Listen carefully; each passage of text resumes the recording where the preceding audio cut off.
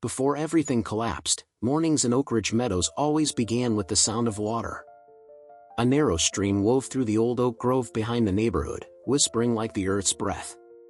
Devin Carter often woke early to listen. He liked to joke, "This place only stays alive because it knows how to breathe." People would just smile, a black man in muddy boots, holding a cup of coffee, talking to a creek, who would care? Devin was a 38-year-old solar technician living simply in a small house at the end of Maple Lane. After work, he tended the creek like a gardener, picking up broken branches, clearing out mud after rain, keeping the water running. No one paid him for it, but he'd say, "Some things, if you don't do them, no one will." His neighbor, Elaine Porter, a white woman in her 60s with neatly tied silver hair, often brought him a glass of iced tea when she saw him crouched by the bank. She'd smile and say, "You're the one keeping this neighborhood alive, Devin. Too bad people don't realize it." That turned out to be prophecy. A year later, Lauren Whitfield moved in. She appeared one blazing morning, white linen dress, designer sunglasses, shiny Lexus. Every move calculated. Within a month, flyers filled the mailboxes. Lauren Whitfield, candidate for HOA president. Keep order. Raise Oak Ridge's value. Devin looked at it and chuckled. Value for who? Elaine replied, "For people who think concrete looks better than mud." They both laughed. They didn't know that laugh would one day be swallowed by rain. 2 months later, every mailbox overflowed with HOA papers, new lawn height limits, paint color rules, trash bin positions. Then one morning, Devin received a thick envelope stamped in bold, HOA, Notice of Violation. Homeowner at 18, Maple Lane, the drainage area behind your property has not been properly maintained and negatively impacts neighborhood aesthetics. Please remedy the issue or the HOA will take action. Devin read it 3 times, then gave a dry laugh. He grabbed his phone, walked to the creek, and filmed the clear water, the soft grass, a few frogs hopping by. He emailed the HOA with the video attached, along with the new Hanover County hydrology map proving it was a natural drainage line. 3 days later, a reply came, signed Lauren Whitfield, HOA president. "Thank you for your response. The area has been deemed non-essential. The HOA is considering landscape improvement options." Non-essential, Devin repeated under his breath. "Until the rain comes." He printed the email, slipped it into a folder, and wrote by hand, evidence number 1. That Thursday evening, the HOA meeting was held in Lauren's living room, glowing candles, halogen light, oatmeal cookies, Fiji water, pastel invitations. Lauren stood at the head of the table, voice sharp and confident. "We've received multiple complaints that the ditch behind Maple Lane reduces neighborhood appeal. I proposed a creek renewal project, concrete it, level it, make the area cleaner, mosquito-free, and weed-free." Devin raised his hand. "That's the city's drainage stream, not a ditch. If you pour concrete, the water will flood people's homes. I have the maps to prove it." A man at the end of the table, Brian Holloway, the liberal neighbor who always spoke like a breeze, smiled faintly. "Devin, I know you care about the environment. But maybe you're being a little sensitive. People just want the neighborhood to look more professional." That word, sensitive, made Devin clench his fists. Lauren smiled. "Let's stay calm, everyone. We'll take a vote." Result, 7 in favor, 2 opposed. Elaine was one of the 2. As they left, she whispered to Devin, "They're not afraid of trouble, they're afraid of water." He answered, eyes fixed on the pavement, "Water doesn't forget."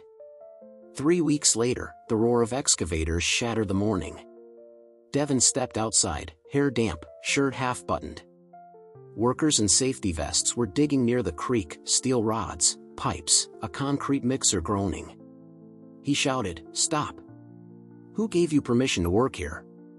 The foreman raised a clipboard. HOA order, signed by Lauren Whitfield. And there she was, white blouse, phone in hand, filming with a triumphant smile. "Good morning, everyone. Today Oak Ridge gets its new look." Devin held up his papers, voice tight, You don't have an environmental permit. I sent you the law. Lauren tilted her head. We have a landscaping expert. Don't worry, Mr. Carter. You're killing a living thing, Lauren. Oh, don't be dramatic. It's just a ditch. Devin pulled out his phone, turned on the camera. I'm recording this. This is illegal construction blocking a public drainage system. Lauren turned away. Go ahead, gentlemen. The sound of concrete spilling hit like a heartbeat, heavy, final. The air filled with metallic dust and laughter from the crew. Devin stood frozen. When the last layer dried, the creek was gone. In its place stretched a gray scar running down the spine of the neighborhood. Elaine came by, cup of tea in hand. Looks tidy, but it's dead, Devin. He nodded silently. That night, he sat by the window, wind passing over the new concrete, the smell of paint and plastic creeping into his house. He whispered, almost like a prayer, "You won't stay quiet, will you?" Outside, the sky hung dark and swollen, like it, too, was holding its breath. A week later, the weather changed its color. The evening news talked about a tropical depression moving toward North Carolina. People bought extra sandbags, but no one seemed too worried. Lauren posted in the HOA group. Don't panic. The new concrete channel will help drainage flow better. Underneath, Brian commented. Trust the plan, no need to listen to old rumors. Devin read it and gave a dry smile. He had already sent 3 emails to the environmental department, each time getting the same automatic reply, "Your request is under review." When he called, the operator said, "We have a backlog of cases, sir. Please be patient." He hung up, opened his back door, and looked at the gray strip of concrete.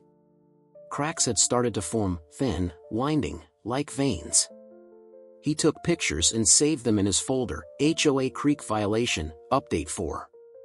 That afternoon, Frank Dalton, a retired mechanic, came over. "You're still worried about that creek, huh?"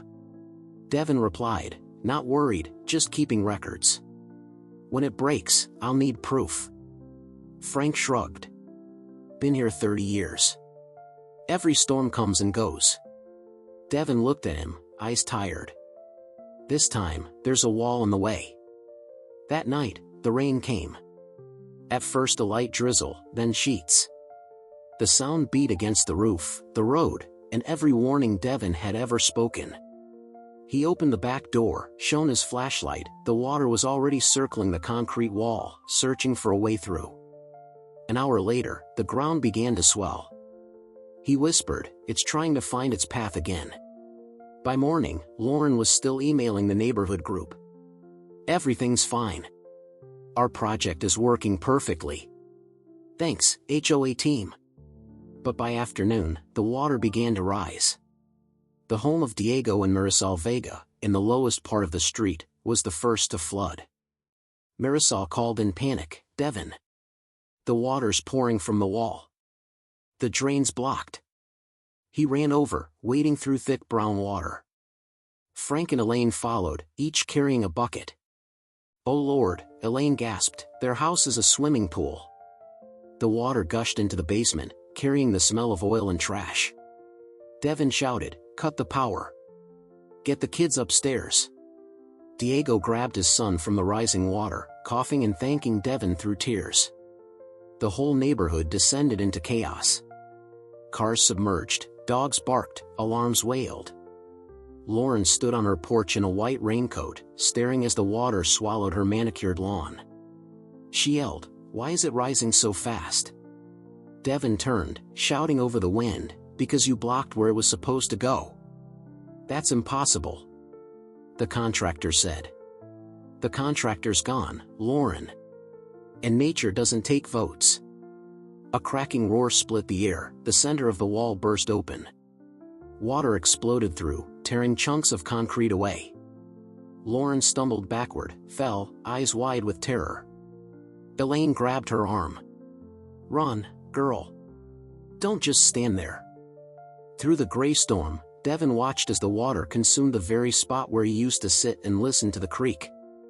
The smell of mud, oil, and metal filled the air. He spoke softly into his camera. They thought they could bury it. But water always remembers its way home. Night fell. The lights went out. People screamed in the dark water. Devin and Frank used a plastic boat to rescue Elaine and the children. By midnight, rescue crews arrived, their floodlights sweeping across what had become a brown sea called Oak Ridge. The next morning, reporters arrived before the police. On TV, images showed the concrete wall split in half, homes submerged up to their windows. A banner scrolled across the screen. Neighborhood flooded after landscaping project goes wrong. Devin stood in his yard, jeans soaked, eyes hollow with exhaustion. Lauren approached, hair matted, voice trembling.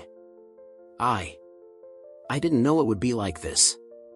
Devin looked at her and shook his head. No. You knew. You just didn't believe someone like me could be right. Lauren lowered her face, silent. Behind them, the wail of sirens blended with the slow retreat of the water. And on the broken line of concrete, the creek began to reappear, muddy, but alive. 3 days after the flood, Oak Ridge Meadows looked like a battlefield. The air reeked of mud, trash, and gasoline. Plastic chairs had washed up against fences, children's toys hung from tree branches, and muddy water lines stained the walls as high as the windows. The police and rescue crews were gone, only the residents remained, scavenging what was left of their old lives. Devin Carter stood in his yard, his boots sinking into the mud. The concrete wall that had once been praised for beautifying the neighborhood now lay in chunks, jutting out of the ground like gravestones. Lauren Whitfield approached, her white blouse smeared with dirt, her face pale. "We'll contact the insurance company," she said weakly. "The HOA will take responsibility, within limits." "Within what limits, Lauren?" Devin interrupted, his voice low but sharp. "The limits you drew when you called it non-essential? Or the limits of what water refuses to obey?" Lauren opened her mouth but no words came out. A small crowd of neighbors gathered, their eyes a mix of anger and fear. Frank Dalton crossed his arms. "He warned you. I heard it myself. You just wouldn't listen." Marisol Vega, the Latina mother whose basement had flooded, choked on her words. "My son almost drowned. Our house is gone. Who's going to give it back?" Lauren looked around, no one stood with her anymore. "We're all victims," she whispered. "No one wanted this." Devin met her gaze. "Nature doesn't care what people want, Lauren. It just reacts to stupidity." The next morning, Oak Ridge Meadows filled the front pages of every local paper. HOA project floods 27 homes, residents accuse association of environmental violations. News vans parked at the end of the street, cameras panning across waterlogged houses. A female reporter approached Devin, microphone raised. "Mr. Carter, is it true you warned the HOA about this risk beforehand?" Devin nodded. "And they ignored you?" He looked straight into the lens. "Not just ignored. They said I was too sensitive." That line replayed dozens of times on the evening news. By morning, the hashtag #CreekFloodHOA was trending on Twitter. In a viral clip, Devin was seen saying, "You can't bury a creek and expect it to forget where it used to flow." The quote became a rallying cry. That afternoon, as Devin was hauling soggy boxes from his house, a silver SUV pulled up. A woman stepped out, blue blouse, black hair tied high, steady posture. She flashed a badge. "Monica Reyes, environmental attorney. I'm from Durham. I saw your story." Devin wiped his hands. "If you're here for an interview, I'm not." "I'm not a reporter," she interrupted. "I'm here to help." They sat in his damp living room, surrounded by cardboard boxes. Monica spread out her files and spoke calmly. "What the HOA did violates state law.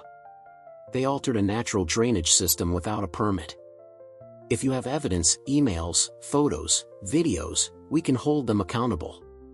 Devin opened his laptop. The folder HOA Creek violation appeared, filled with photos, maps, and emails. Monica nodded. Good. You did the right thing, just earlier than they did. You think I can win this? Devin asked. Monica replied, you don't need to win. You just need the truth to be heard. News of Devin working with a lawyer spread quickly. Some residents supported him, others were afraid. At the cafe, Brian Holloway approached him. Devin, I get that you're angry, but suing the HOA will tank property values. We should handle this internally. Devin sipped his coffee, voice calm. Property values can recover. Trust doesn't. Brian lowered his tone. You know what people are saying? They think you're turning this into a racial issue. Devin looked him in the eye. It didn't start about race, Brian. But when they refused to listen because it was me speaking, that's when it became one. Brian said nothing. He just looked down as rain pattered softly outside. 3 days later, the HOA held an emergency meeting at Lauren's house. The long dining table, the leather chairs, the candle scent, but no one was smiling anymore. Lauren began, voice shaky. We need a unified media response. No one speaks off script. If asked, say this was a natural disaster. Elaine Porter slammed her hand on the table. Natural disaster? I watched you people pour that concrete with your own hands. Lauren snapped, Mrs. Porter, please don't get emotional. Elaine rose from her chair. Emotional? My son's in the army, he'd call this mass suicide. The room erupted in murmurs. Brian tried to calm things down. Maybe we should wait for the environmental report. Lauren cut him off. And who will that agency side with? Some man. I mean, one single homeowner. Her voice faltered on the word man, her eyes flicking toward Devin, the only black person in the room. No one spoke, but everyone understood what she meant. Devin stood, gathering his folder. Thank you for saying it out loud, Lauren. Turns out I wasn't just wrong because I disagreed. I was wrong because I don't have the right color skin. He walked out, leaving a silence heavier than the rain. Lauren looked around, forcing a smile. I didn't mean it that way. Elaine replied quietly, but you said it. A week later, the official investigation began. A state environmental vehicle stopped at the end of the street. Ellen Pritchard, a middle-aged inspector in rubber boots, held a clipboard and asked, who first raised concerns? Elaine pointed at Devin. He did, long before Ms. Whitfield poured the cement. Ellen turned to Lauren. Ms. Whitfield, do you have a construction permit? Lauren froze. No, but the contractor. Ellen cut her off. No permit, no hydrological study. That's a direct violation of State Code 12-404. I'll be filing a citation. Cameras zoomed in as reporters recorded. Lauren trembled, trying to stay composed. Devin said nothing. He just watched the creek, flowing again, weak but alive. That evening, Monica called. Good news, she said. The preliminary report confirms serious violations. The HOA will be fined, maybe even forced to restore the creek. Devin exhaled. So, they'll finally learn something? Monica gave a soft laugh. They'll learn, but they might not understand. What matters is that you stay steady, Devin. Don't let them drag you into the mud with them. Devin looked out the window. The rain had stopped. The creek shimmered under the streetlights, quietly winding through the land it had once been buried under. He whispered, it never really gave up. It was just waiting to be free again. The storm had passed, but its echoes still lingered in the air above Oak Ridge Meadows. Sunny days returned, but everyone knew the light wasn't the same. It fell across cracked walls, shimmered through broken windows, and illuminated what people had long pretended not to see, their own arrogance. Lauren Whitfield no longer walked with the poise of a commander. Every time she stepped outside, she felt the quiet stares that followed, not angry, not contemptuous, just a heavy silence reserved for those who once believed they had all the answers. She sat in her living room, papers scattered across the table, insurance claims, investigation notices, penalty reports. Each sheet was like a small mirror reflecting her mistakes. She kept rereading the first line of the environmental department's report. The primary cause of flooding was the obstruction of the area's natural drainage flow. The phrase natural drainage flow cut into her thoughts like a blade. That night, for the first time in months, she heard water behind her house again, thin, fragile, but real. It didn't sound like the old creek. Now it sounded like the breath of someone waking up after a long suffocation. Lauren sat for hours, afraid to even touch the window, as if the slightest movement might scare the sound away. One October morning, all the residents were summoned to the Wilmington Town Hall. At the front sat the county committee, members of the press, and Inspector Ellen Pritchard, a woman with a voice steady and sharp, like water cutting through stone. Devin Carter sat in the front row, the file he had kept since the beginning resting on his lap, emails, photographs, maps. He didn't feel proud or victorious. It felt more like the final duty of a man who had guarded a creek, to prove it once existed. Ellen spoke briefly.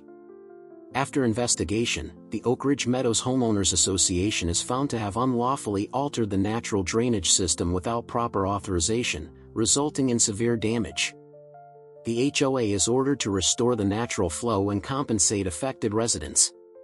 A ripple of whispers moved through the room. Lauren bowed her head. There were no rebuttals now, no confident smiles left on the face that once directed everyone else. When Devin was invited to speak, he stood. He didn't look at the people, he looked at the map behind the committee, the thin blue lines curling through the neighborhoods. We tried to make everything look better, he said evenly, and forgot that better doesn't always mean right. We can repaint walls, replace doors, cut the grass, but we can't rewrite the path of water. It doesn't just flow under our homes, it flows through everything that keeps this place alive. The room fell silent. Ellen nodded softly. Thank you, Mr. Carter. The restoration began the following week. Bulldozers returned, but this time to tear the concrete down, not pour more of it. Workers dug carefully, revealing the dark, damp earth beneath. Water burst forth, murky but fierce, like a creature freed from its cage. Elaine Porter stood beside Devin and whispered, "Hear that? It's breathing again." Devin smiled. It just needed a chance. Children gathered to watch, cheering as the water began to move. Frank Dalton brought a handful of smooth river stones he'd saved from his youth and tossed them into the creek. "For memory," he said. "So it remembers its way." Monica Reyes, Devin's attorney, stood with the engineers and county officials. She murmured, "I don't often see a case end in laughter." Devin replied, "That's not laughter, it's the sound of water. Laughter fades, water keeps flowing." A few months later, Oak Ridge Meadows no longer looked the same. Grass had grown along the new banks, wildflowers bloomed yellow, and on a wooden sign by the footbridge, someone had carved a quote, "Don't try to control what was made to be free." Lauren was the one who carved it. She had resigned from the HOA, but every morning she came to the creek with a trash bag, bending to pick up bottles and cans.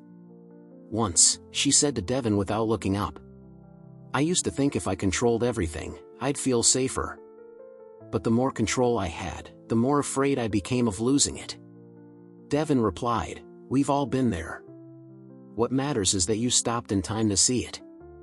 They stood together for a while, watching the water grow clear again. Lauren smiled faintly. "I owe you a thank you." Devin said quietly, "Thank the water instead." The following spring, Oak Ridge held a small ceremony. Neighbors gathered by the new wooden bridge. Children released paper slips with wishes into the creek. Ellen Pritchard and Monica Reyes cut the ribbon together. Elaine gave a short speech. None of us are perfect. But every time we bow our heads to nature, we find our way closer to one another. Applause rippled through the crowd. Devin stepped quietly to the edge of the creek and touched the cold water. It slipped through his fingers, soft, clear, as if there had never been concrete, never floods, never conflict. Only the current, patient, enduring, and far more forgiving than people ever were. He looked around. Faces that once glared now smiled. Neighbors cleaned together, laughed together, shared lemonade. No one talked about lawsuits, guilt, or who was right or wrong. They just said, "The creek is back." Devin smiled, thinking. It never really left. We were the ones who had to find our way home. People always talk about control, controlling everything around them, their house, their neighborhood, the weather, even other people. But no one ever tells you that control is a soft illusion. It makes you feel safe, when in truth, you're slowly choking the very place you live. I used to think that if I was patient enough, I could make them understand. Turns out, some lessons can only be learned after the water has already reached your living room. Nature doesn't get angry, it simply responds. It gives back exactly what we send out. I don't want to win anymore. There's no winning or losing here. There's only understanding that nature is neither an enemy nor decoration. It's part of us, like breath, like memory. When we bury a stream, we're really burying the part of ourselves that knows how to listen. People ask if I've forgiven them. I tell them, no one needs forgiveness. The creek already did that for me. It came back, gentle, without anger, without accusation. It just kept flowing, as if there had never been concrete, never been rage. If you're hearing this, remember, don't try to teach water how to flow. Learn from it instead, how to keep going, softly, steadily, and never stop.